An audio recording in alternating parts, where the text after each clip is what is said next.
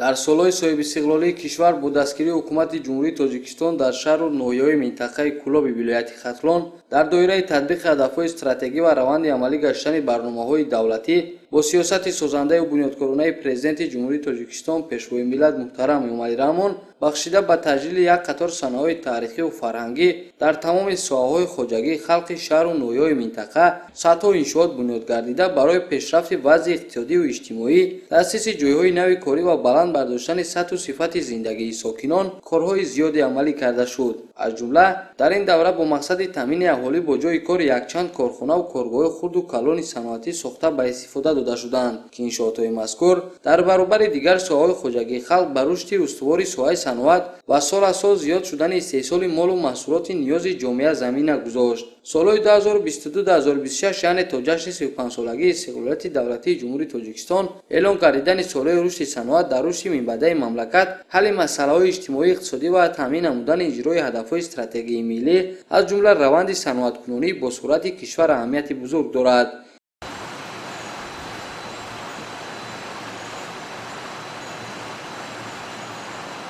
дар ноҳияи Муъминобод низ соҳаи саноат ба тадриҷ рушд ёфта барои сокинон ҷойҳои нави корӣ фароҳам гардида истодааст. Тибқи маълумотҳо, айни замон дар ноҳия аз шумораи 17 корхонаи фаъолияткунандаи мавсимиву доимии саноатӣ 2 корхонаи истеҳсолкунандаи сангу шағал мавҷуд аст. Корхонаи истеҳсолии ҷамъияти дорои масъулияташ маҳдуди Талбак дар ноҳия аз ҷониби соҳибкори маҳаллӣ таъсис дода шуда то кунун фаъолияти самарабахш дорад. ҳоло дар корхона 12 нафар сокинони маҳаллӣ бо шуғли муносиб таъмин шудаанд. Корхона ба истеҳсоли сангу шағал ва хешҳои бетонӣ машғул буда, тавассути васлу насби дастгоҳу таҷҳизотҳои техникии зарурӣ қисмати бештари корҳо бо истифода аз механизмҳои соҳавӣ дар шакли худкор бароҳ монда шудааст. корхонаи мазкур дар саргаҳи селроҳае ки ҳудуди қисмате аз ҷамоату деҳаҳои ноҳияи Муъминободро убур мекунад бунёд гардидааст. мақсади интихоби ин мавзеъ барои бунёди корхона дар он аст ки масъолаи зарурии дар корхона коркардшаванда ҳамчун ашёи хом аз дохили ин селроҳа гирифта мешавад. дар натиҷаи чунин раванди фаъолият ҳам маҷрои селроҳа ба таври мунтазам тоза гардида, ҳам барои корхона дастрасии масъолаи таъмин мешавад. ҳамзамон фаъолияти корхона ба пешгирии хатари омадани сел ба мавзеи аҳолинишин ва ҳудуди заминҳои корами ноҳия мусоидат мекунад. дар доираи чораҳои амалӣ гардида аз ҷониби мақомоти иҷроии ҳокимияти давлатии ноҳияи Муъминобод вобаста ба афзун гардидани ҳаҷми истеҳсоли маҷмӯи маҳсулоти саноатӣ натиҷаҳо то рафта афзоиш меёбанд. зиёд гардидани корхонаҳои саноатӣ ва таъсиси ҷойҳои нави корӣ ба болоравии сатҳи иқтисодиёт ва некуҳаволии мардум заминаи мусоидро фароҳам оварда истодааст. имрӯз дар ноҳияи Муъминобод соҳаи саноат дар ҳоли рушд қарор дорад, ки яке аз ҳадафҳои чорумии стратегии ҳукумати ҷумҳурии Тоҷикистон ба ҳисоб меравад. дар ноҳияи Муъминобод 17 корхонаи саноатӣ фаъолият доранд. аз ҷумла дар 3 моҳаи аввали соли ҷорӣ корхонаи Мусаффои Шамсулло ба кору фаъолият оғоз кард, ки ба истеҳсоли маҳсулоти нонӣ машғул мебошад.